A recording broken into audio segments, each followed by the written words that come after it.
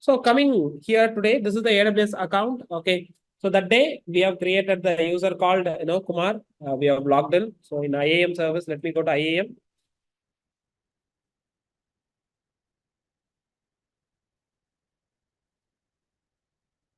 All right. So here, if we go, there's an option called user. If we go there, there is an option called Kumar. Okay. Using that user only, we created that day. We created the user account. We have logged in using this particular user only. Okay, this is IAM user. So if we go to the live project, we'll be having the okay. So I think my resolution is correct only. Nothing to check in my resolution, by the way. All of you see my screen properly, guys. My full screen is visible to everyone. At least can confirm this. At least you are not answering technically what we discussed on day one. Anyone can confirm at least? You all of you able to see my full screen? My screen is visible to everyone perfectly. Yes. All right. Fine. So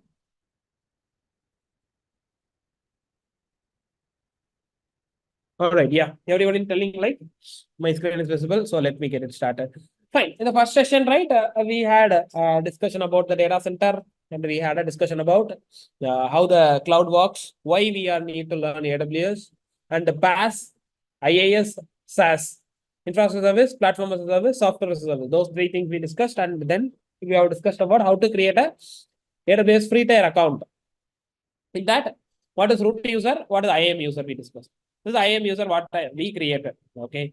So if you not remember, okay. So let me open the notes what we have taken on that day. Okay. So we have talked about what is data center, what are the components will be there in data center, and disadvantages of data center. Okay. What is the advantage of cloud? This is what exactly we have seen, right? And AWS. Why we need to use AWS cloud provider and major cloud services. These services are common to everywhere. Okay, infrastructure service, platform as service, software service. Yeah, important services. What we need to understand, everybody. Identity and access management, elastic compute cloud, simple storage service, virtual private cloud, and relational database service. Okay. Yeah, we have created this user account. We have provided him a easy to full permission for this Kumar user. He's the IAM user. Okay, if we go there, yep, this is the IAM user we created for him, and we have provided him easy to permission. If we go there, we can check the permission. Amazon easy to full access. Okay, today what I have done, let me open another browser. Okay, here I'll log in with the Kumar user. So this is the login link. Let me paste in another browser. Okay, I'm using two browsers. In the Safari browser, I logged in as a root. In this Chrome browser, I'm logging in right now with Kumar user. Okay, username is Kumar. When you go on a live project, right, you will get all of you get an individual user account like this.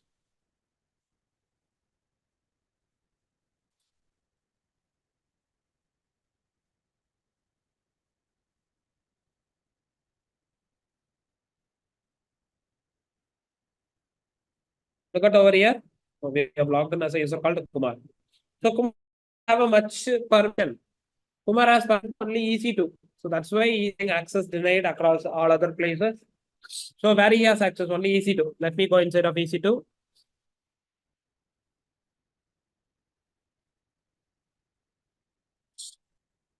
Then you go EC2, right? So we can see there are some. Okay, some instances are running. So let me delete all of them. We don't need anymore.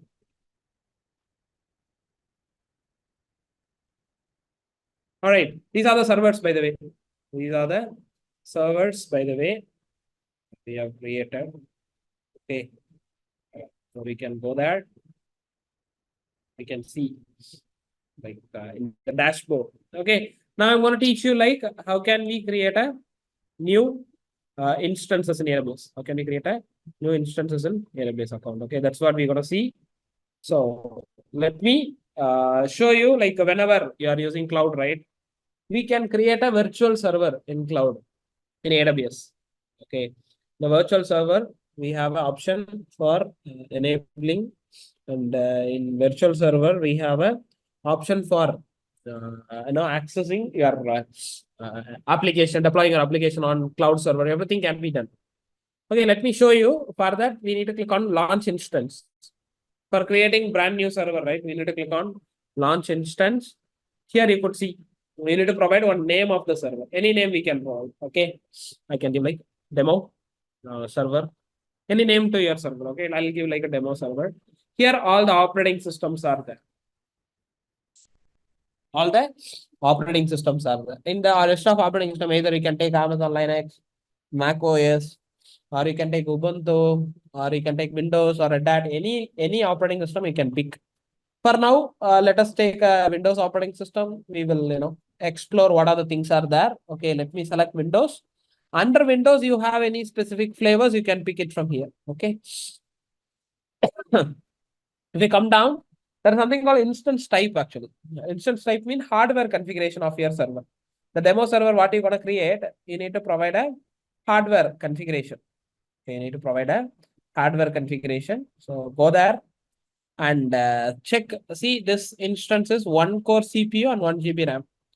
Okay, if you wanted to give more hardware specification, go there. If you scroll down, you will get many things. 2 virtual CPU, 4 GB memory, 2 virtual CPU, 8 GB memory, 4 virtual CPU, 16 GB memory, all those things. Okay, they have given. All right. So if you come down, I have selected as of now, this is my hardware configuration. Next step, we need to select the key pair to login. Key pair means the username and password for login to the demo server. All right. So by default, right, you need to download the key pair. When you are first time you are creating any key pair, right, you would able to check whatever the key pair available. Okay, you will able to check it over here. But now, right, what I will do, when I have my own key pair here already ready, okay, I can give mine. But if you want first time you are trying, you can download the key pair. Click on new key pair, provide any name. Okay, you can download. If you click on create key pair, it will be downloaded. But what are the use of this key pair? This key pair will be giving you a password for your demo server. Okay, I'll show you how to take. And here networking settings. Yes, in future we will dedicatedly discuss about VPC service, virtual private cloud. Okay, VPC service, networking service.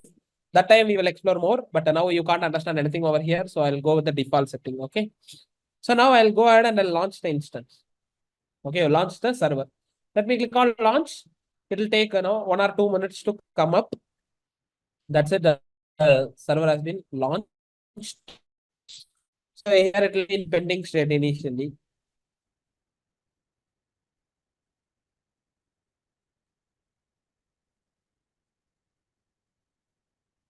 Okay.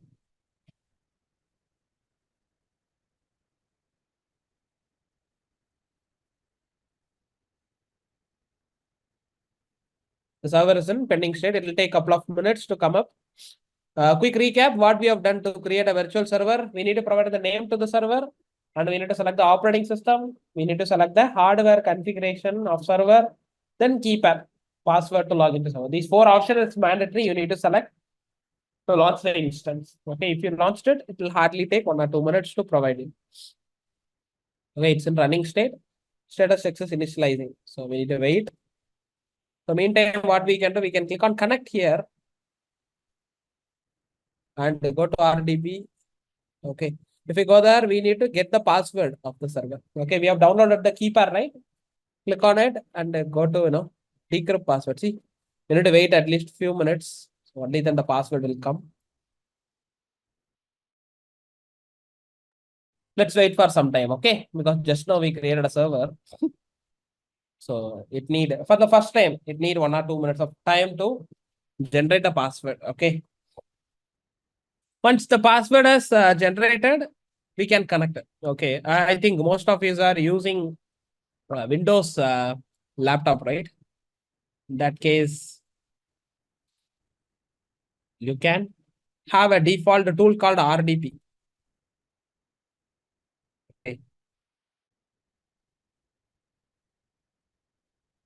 We search like that.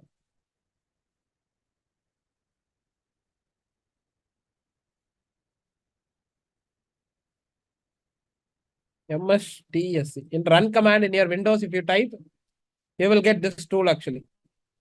I don't know how many of you familiarized with this tool. This is nothing like your general tool. Okay. Nothing like your general tool.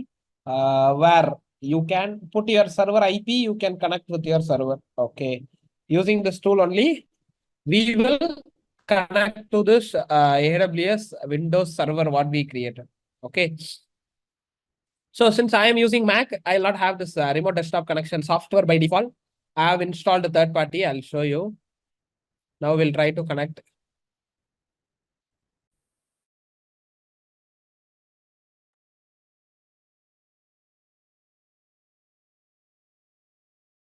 Okay, see, it's asking me to update the key file. So let me click on upload. It's there in my download. Let me provide.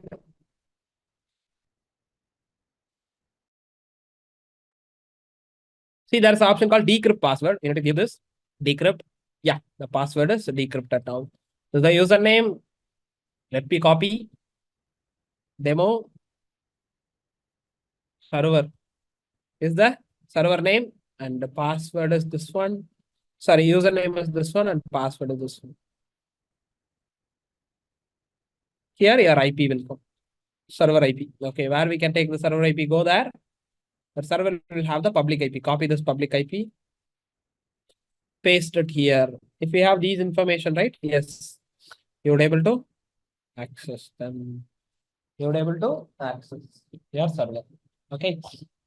If you are having Windows, you can access through remote desktop tool, what I've shown. For Mac, right? I installed this tool. Okay, this is a separate tool I have.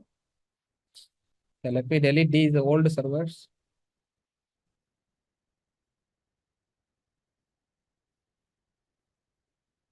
Okay, my IP address.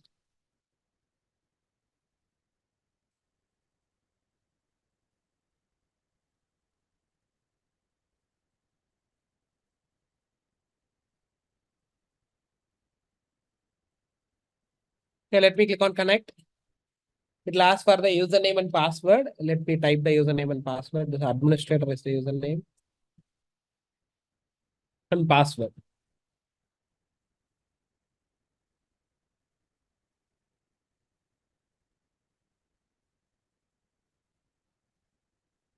Let me try to connect. Yes, confirm. Now we are taking remote connection of demo server, what we created in the AWS account. Okay, see, using this tool, we are able to take the RDP of our AWS server.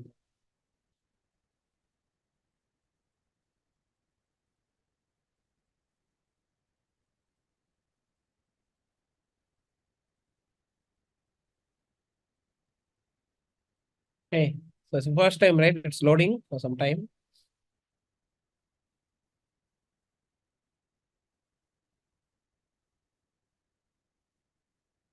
Yeah, the server is ready now.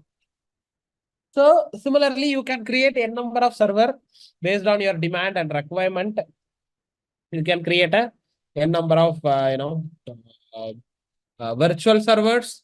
Depends upon your need, depends upon your application's requirement. Okay, and everywhere you will get this info. Have this ready. Anytime you can connect. All over the world, you will be able to connect from this server now. Okay, so all these sources are this exactly. Okay, so remaining server I deleted, but yeah, these are the server actions. Similarly, you can create a number. All right. So I told you, right? Maybe if you may remember at the time of discussing virtual data center present online and the pay-as-you-go model. Okay, if you have an internet, you can configure your organization infra in cloud virtually. This is what right now we are virtually configured the server, demo server. We don't have a physical environment, anything. Simply through internet, we have configured the virtualized server. This is what I have highlighted that day itself. Okay. In same way, you can configure. We have in AWS various services are there. Networking security, you can configure in VPC service virtually. All the server, firewall or other things, volumes, hard disk, storage, software, everything we can configure virtually. We do have a option for that in AWS Cloud. Okay. So far, anyone has any doubt or questions? All of you clear how to create a virtual server?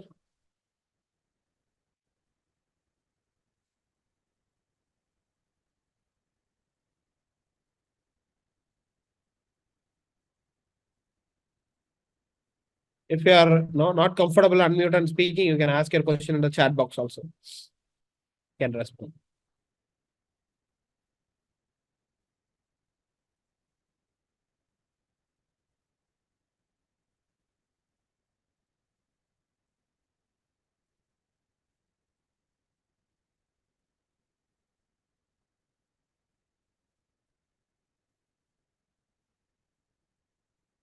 All right.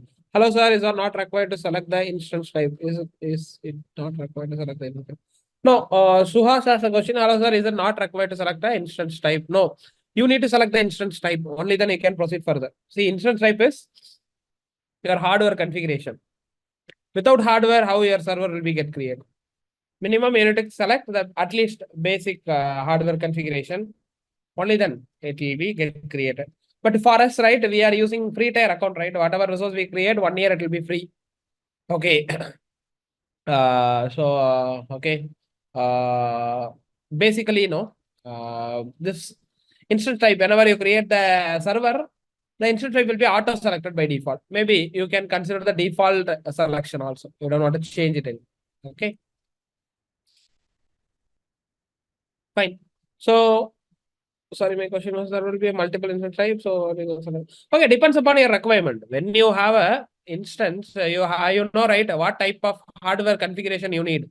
You are going to buy one mobile phone. You will think, right, how much memory you want, how much, storage you want, how much processor you want.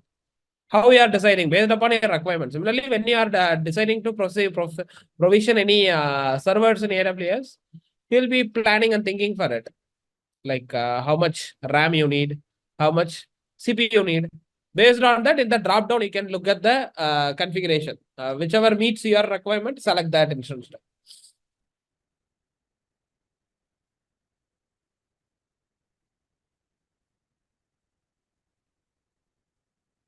Okay, better only Krishna has a doubt. I'm network security background, whatever. So maybe if you missed the first class, I don't think so. You will understand this session.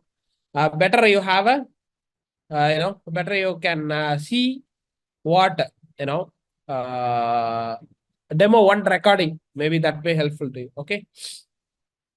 Fine, guys. All right. So what I'll do now, I'll go ahead, proceed next. Okay. So if we can go there, if you select the instance, right, you could see some of the informations here. Instance ID. Okay, public IP, private IP.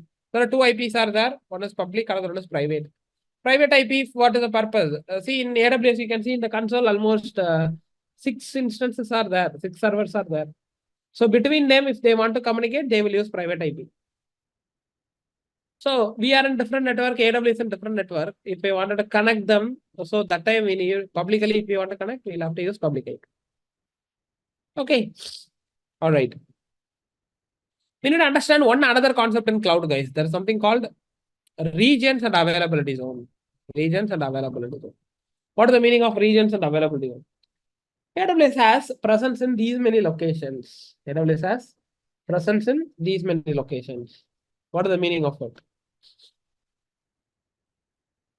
AWS, if we go, this is the North Virginia location. If we go Ohio, if we go West, North California, Oregon, Mumbai, you would see.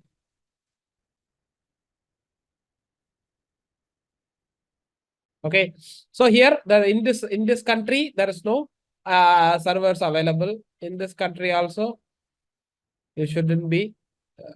No instances are available. Okay, that's fine. If we go next one. Okay, Oregon region. So AWS has location in these many area. The AWS has their presence in these many locations, by the way. All right. What is the use of it? What is the use of these many locations? So whichever your customer or your application is deploying, see, I am from India. So which is the nearest location for me? Probably Mumbai. If my customers and all my users are belongs to India, definitely what I will do? I will deploy my server in Mumbai region. Okay, so people who are located in India, imagine we can take an example of Flipkart. Okay, Flipkart is available across India. So the user base for Flipkart is India. So right decision, what they need to plan, they need to provision the server in Mumbai region. So people who are accessing their application within India, it will be short distance to them, latency point of view, performance point of view, security, all those things. This is good actually. For all those things, this is good. Okay. So we need to decide which location is nearest for us. In that location only, we need to start create the resources. The physical presence of AWS is called it as a regions. And we do have something called availability zone. Okay, under the region, you will have a availability zone. See, AWS, regions, and availability zone. Okay. If we go there, AWS official documentation, see, the, these many locations. So I'll take Asia. See, wherever you are seeing green, right? In India, it's there in Maharashtra. Okay. So different locations you can see. Okay. Tokyo. So these are the location which is coming up, which are coming soon, where Malaysia, Thailand. Okay, I think in Singapore already there. All right. And if you check here, okay, Jakarta. Fine. So this page, right, you can see. And there is an option, there's something called availability zone. There is an option called availability zone.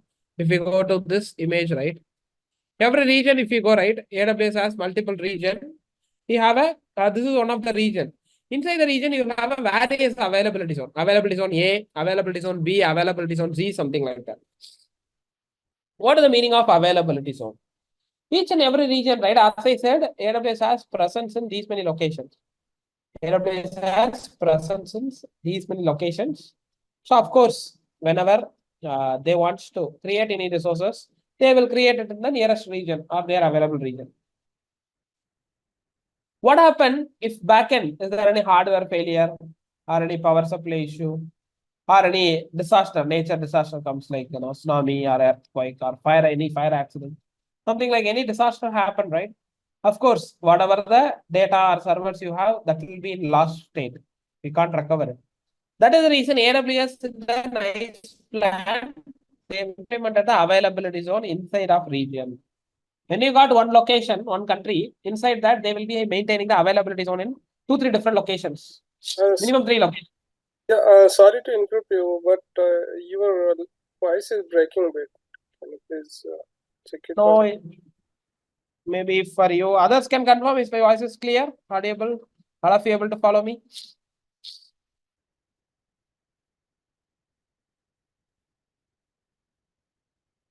Anybody else can confirm if my voice is clear, audible, able to follow me?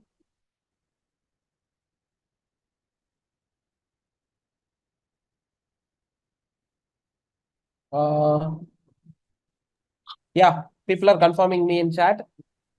No issues, voice is clear. I think the person who joined from network journey host, you have a lots of issue in your laptop. You're confusing others also. Anyway, fine. Let's continue. So this region, right? Availability zone A, availability zone B, availability zone C. There are 3 availability zones are there. Reason is why inside the region, multiple availability zone inside one particular location. Why AWS and backend they maintain 3 availability zones. 3 availability zones are 3 physical data center. 3 availability zones are 3 physical data centers, I would say. Okay. Why? Redundancy. Very good. If one data center gone or any disaster happened or any power outage or anything happened, still we have availability zone B. We can transfer the data from here to here. We can start work. Even this availability zone is down. We can transfer the data to other availability zone. Literally for loss prevention. Okay. So between one availability zone to another availability zone, I mean availability zone A to B or B to C, there will be minimum 200 to 300 kilometers physically will be there in that particular location. Because why? If all availability is on the same location in the region, if any disaster comes, everybody get occurred and everybody impacted because of that, right? To avoid that only, between the availability zone, they'll maintain minimum 100, 200, 300 kilometers away. So any disaster comes, it will not impact other location. Understand? So for high availability and redundancy only, inside the region, you have these many availability zones. Okay, these many availability zones.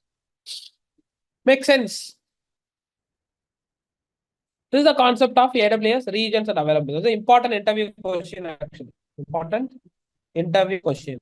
Okay. So now I'll show you, we have seen how to create a Windows server. Okay, let me show you a demo on Linux server, how to create one Linux server in AWS and how to connect with that. Okay. For that, let me click on launch instance as usual. Okay, Muthu, raise the hand. Yeah, Muthu, you have any doubt?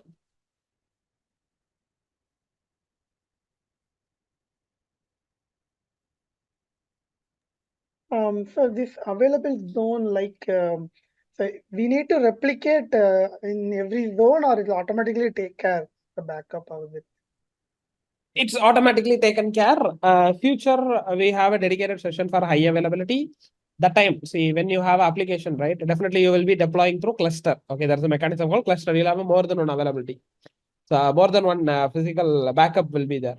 So your primary server, you will have to keep it in availability zone A means. Your secondary server, you will keep it in availability zone B. That's how you will create it. At the time of creation, so you will create like that. So if anything happened to one availability zone, another one available as a backup. Okay, so it's a separate settings we need to do Yeah. to have the fine. Exactly correct. So that right now it's too early to discuss about it, but you asked it right. I'll answer you by respecting your question. Here there's something called auto scaling. Okay. So this is dedicatedly the concept for high availability in AWS. When we configure auto scaling, we'll specify it. How many availability zone we want, how many servers we'll create, which server have to go, which availability zone, all those settings we'll specify here under this auto scaling book. Okay. Okay. Thank you. Good. All right. So Mohammed Nazumullah Karen raised the hand. You want to ask something?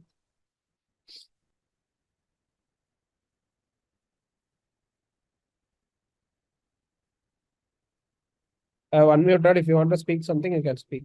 Otherwise, all right. So, Hello. yeah, you have any question? Currently, I'm using a free AWS account. So, Okay. what is the maximum virtual server we can create, and how many public IP we can use in free account, as well as what is the storage? What will be storage, maximum storage These kind for of this? basic questions, right? You can get it on the internet itself, like free tier account AWS, free tier accounts limit. You can get it here. AWS has officially communicated. Because each service it will differ. 750 hours they are giving for free. You can run the server for 750 hours. If you felt it's more complicated, AWS EC instance, right? They'll be giving you 750 hours. You can run the Linux RHL T2 micro or T3 micro instance, 750 hours per month. Okay. Like each service it will vary. Okay, That 50 means GB. I can use 750 hours and create as many as we can virtual server in this Yeah. time Even you period. can use even you can use one EC2 instance for 750 hours also fine. Or you can divide 750 hours for two EC2 instance also fine. Or you are maintaining 5 instances, dividing the 750 hours also fine. But end of day, if we calculate all the hours, 750 hours is supposed not breach 750 hours. Thank you. So these kind of direct questions and all is a right, what I prefer, right? If you put it in chat GPT, it will give you direct answers actually. Because as a human, we cannot remember all the service limits. Where AWS has hundreds of services, right? So for F3, right, they gave 5 GB storage limit. So like each service, it will differ. Public IP depends on the number of EC2 instance you have. As many number of instance you have, you can allocate the public IP. Coming to elastic IP, 0. Okay, you suppose not have any elastic IP. Fine. I think we answered both of your questions, so we can move on. So we understood what is the purpose of availability on region. Now I'm going to show you like how the Linux servers are going to be created. How can we access it? Okay, let me launch one new server.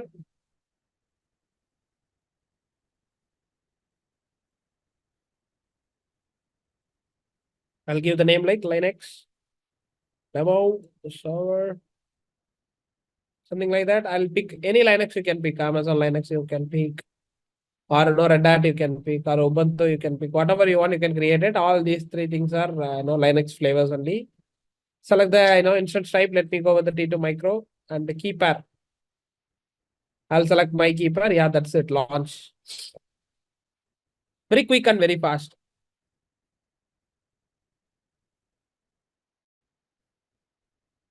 See, servers are in instances creating state.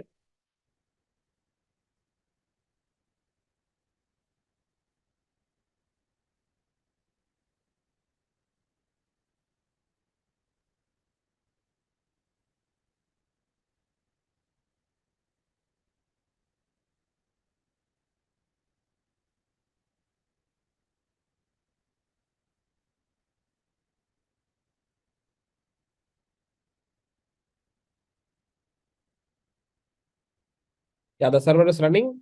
The one advantage of Linux server, right? You can connect in browser itself. Okay, how? Click on the server and click on connect.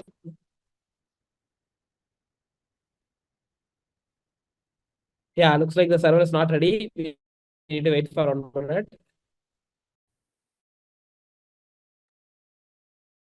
Usually it will take 2 minutes, 1 or 2 minutes. The server will be ready.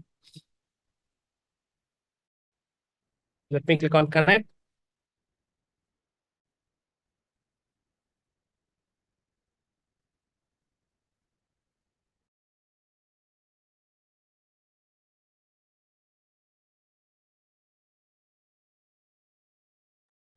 Okay. Okay,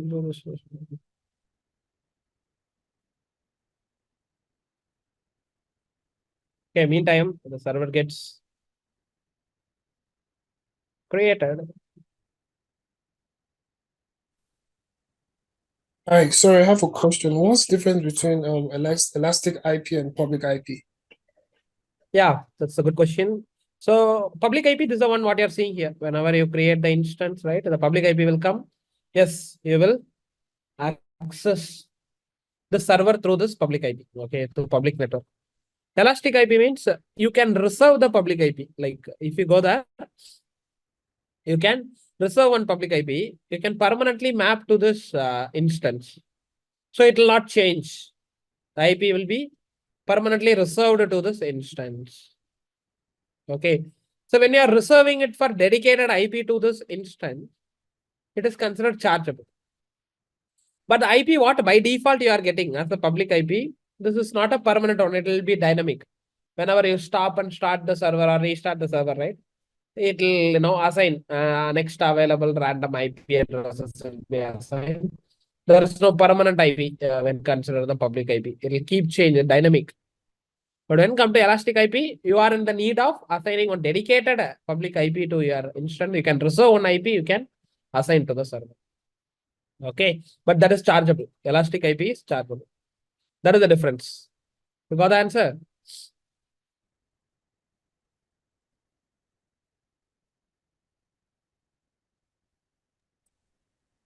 Yes, thank you. Very good. Yeah. So now, yeah, before we discuss about this doubt, so we were, discussing about what is it called? Connecting the Linux server. We'll try to connect. Well, the option not comes up.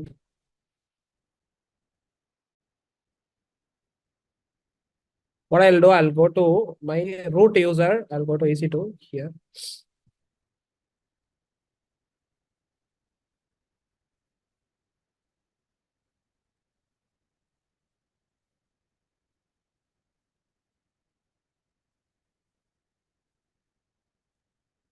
I'll go to Linux server. I'll click on connect.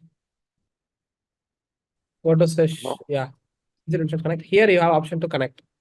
Okay, the Linux server, the advantage is you can directly connect to the browser itself. Click on connect. It will be connected in the browser itself.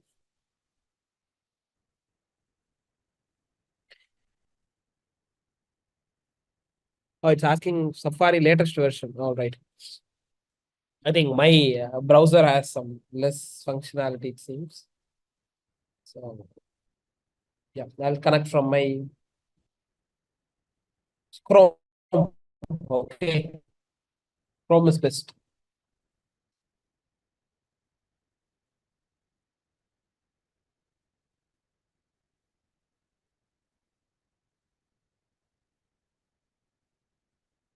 Okay, so why it's showing do not have access?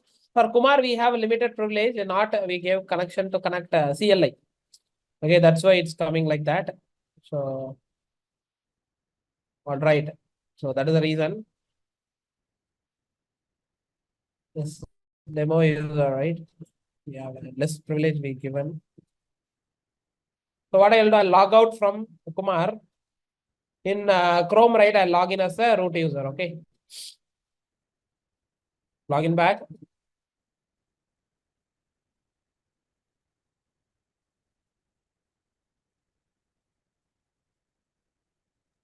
Excuse me, I have a question. Can you hear me? Yeah. Yeah, so just to relate back to what the other gentleman asked, so Elastic IP is more like a public static IP, right? Is Yeah. that so it's like, let's say Amazon, you pay Amazon to give you that public IP as a static, correct? Am I correct? For instance, Okay. yeah, your Okay. understanding is Okay. One more question. So the Elastic IP, does it also relate to private IPs when you know? I don't.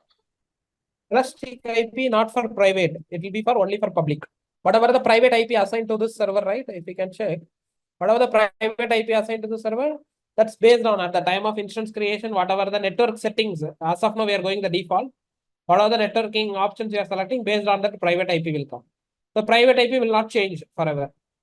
Only public IP is expensive. So this public IP will be changed every reboot or something. If you would like to permanently give one public IP, you can reserve it through Elastic IP, you can assign to the instance. Hope I answered your question. So this Linux server, let me connect now. Go there and click on connect. Now we will be able to connect to our browser.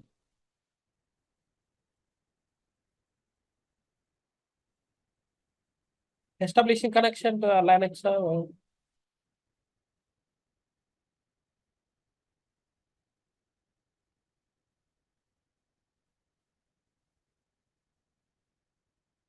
Yeah, done. Linux server, always there will be a CLI way of interaction, right? So in that case, yes, of course, we will be having an option to interact through CLI only. Only Windows, Microsoft servers are graphical user interface where you can interact it through this tool. Like this, you can interact it graphically. But this is the process. This is the way we will be connecting to our servers and things and stuff. Okay. So this is how in AWS we'll create a Windows server and Linux server, guys. For this purpose, we will use EC2. Yes, we do have many other options are there in AWS EC2. We will be learning about them in future. All right. Same way we have a various services. If you go to VPC, we have a virtual private cloud service where you can configure your networking, your subnet, everything. But again, in order to learn about this VPC, right, you need to go through some basics of video. Okay. Some prerequisite video. What is it you will be able to understand? Those videos and all I'll share you later. But fine, here you will configure your networking. Okay, option everything. And here S3, that is your storage service. Okay, these are the services only I was explaining. These are the services only I was explaining on that day. Okay, IAM EC2 F3. Like this is how we'll be virtually configuring our entire data center, guys. So whatever graphically you are doing, that is something AWS solution architect will be doing everything graphically. Then come to DevOps, right? We'll be learning everything through programmatic way. Okay. So people will have a confusion. Hey, Hari, I don't know programming. I'm new to programming. How will I understand? Is it possible for me to understand? People will have a confusion. So, so in this course, right, we have planned in such a way, daily basis, we are planning to take scenario basis, client requirement perspective. Okay. So right now I'm taking just a general concepts because whatever you have learned in the demo 1 and today, those are general concept of what is cloud, just to understand what is cloud. From now on, from next session onwards, we'll be discussing about the real project client requirement. Real projects, client requirement. When you work on a AWS DevOps project, what are the different tasks you will get on daily basis? What are the different tickets and user stories? And what are the different requirement you will receive? Okay. Those things, right, we'll be discussing. I'll take the one of the client requirement. I'll derive the solution in front of you. Daily basis, we'll plan to discuss one problem statement. Daily basis, we'll take one client requirement. So we are planning to have AWS and DevOps together, almost 50 hours of course. In DevOps also, we are learning, Python automation, Docker, Kubernetes. We'll be learning about Terraform. We'll be learning about CloudFormation, Lambda, CI/CD tools, GitHub, Git versioning, Jenkins, all those important peak DevOps tools, right? We are planning to learn Ansible. Okay, all those important and peak DevOps tools we'll be learning with the scenarios, with the real-time projects. Okay, that is the action plan, by the way. That is the action plan. Now, I'll go back to IAM. Yeah, we'll be sharing the notes, everything. We will create the drive. We will upload daily sessions recording, notes, everything we will share. Okay. Now I'll go to my IAM itself, IAM service. Okay, the best practices, whenever your practice is over, you will have to delete all the resources what you created. Okay, like this. Go and terminate the server. Terminating means deleting. The IAM user also I'll delete it. Kumar, I'll delete.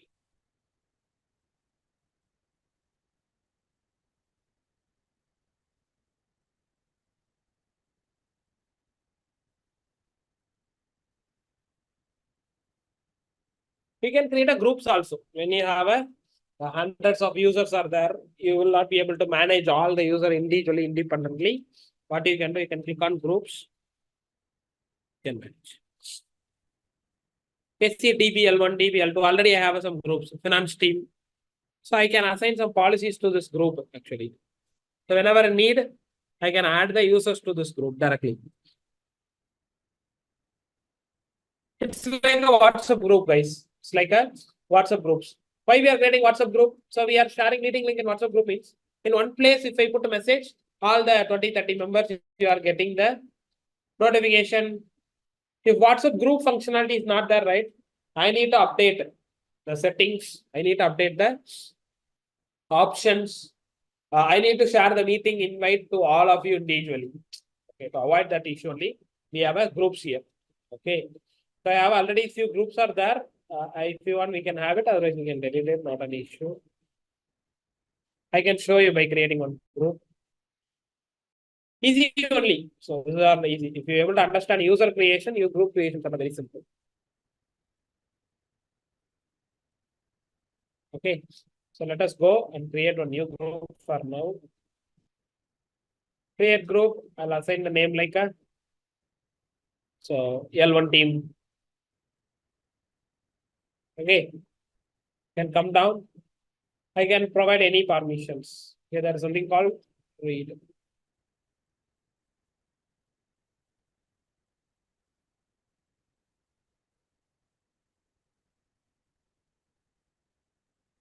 Okay.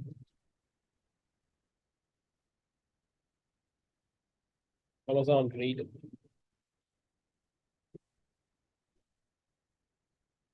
Or I can provide easy to read only. F3. Like whatever the service you wanted to provide read only, you can provide no problem. The L1 group is created. Now you can add the users. Either you can go inside, go to the tab called users, you can add the users, like add user. All IAM user will be part of the group. Okay. Either you can create the users or group directly, depends upon your need. Fine. We are going to have so many real-time project use cases will be discussed from daily, from next session onwards. So honestly telling, these kind of real project use cases are really important when you want to change your career and when you want to upgrade your career. Daily basis, 1 hour I'm going to connect Monday to Friday. Okay. Next Saturday, Sunday will be holiday to you. Daily evening, almost the same timing we'll connect. Okay. Somewhere 8 to 9 we'll connect. So that will be live interactive. All right. We won't need to add all the members because last session we have faced some challenges with the scammers, right? We have identified them. So next session onward, we'll be removing them from our meeting. We'll go with only our candidates. Okay. So we will remove once we identify the right people. Anytime you can unmute and anytime you can ask your doubt. No need of restriction in terms of chatting, in terms of asking your doubt. Anytime you can interrupt me. Anytime you can ask your questions or anything. Okay. So remaining that training and other details, right? Our team will be reaching you out. Also, we have shared that information in the chat box. Okay. So those guys will, you can also reach out to this number. All right. Fine, guys. Before we wind up, anyone has any other doubts or questions about today's class or last class?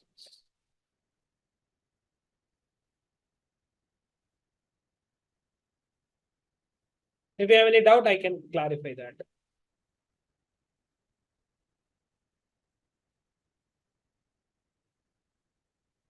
Yeah, so when is the next class? The one for the Probably we can continue from Bryson. Monday. Saturday, Sunday usually we'll give holiday. Yesterday Okay. we took some time to identify that scammer, but we need to track all the IP. We identified it, so we removed them. That's what. Otherwise, we could have the class on yesterday. So next week onwards, Monday to Friday, the classes will be. Saturday, Sunday will be holiday. 8 to 9 PM IST will be the class time. Okay. In the chat, we shared the contact details. You can reach out to their people or either WhatsApp them. They will give you more detail. Okay. Anything technically, any doubts before we wind up?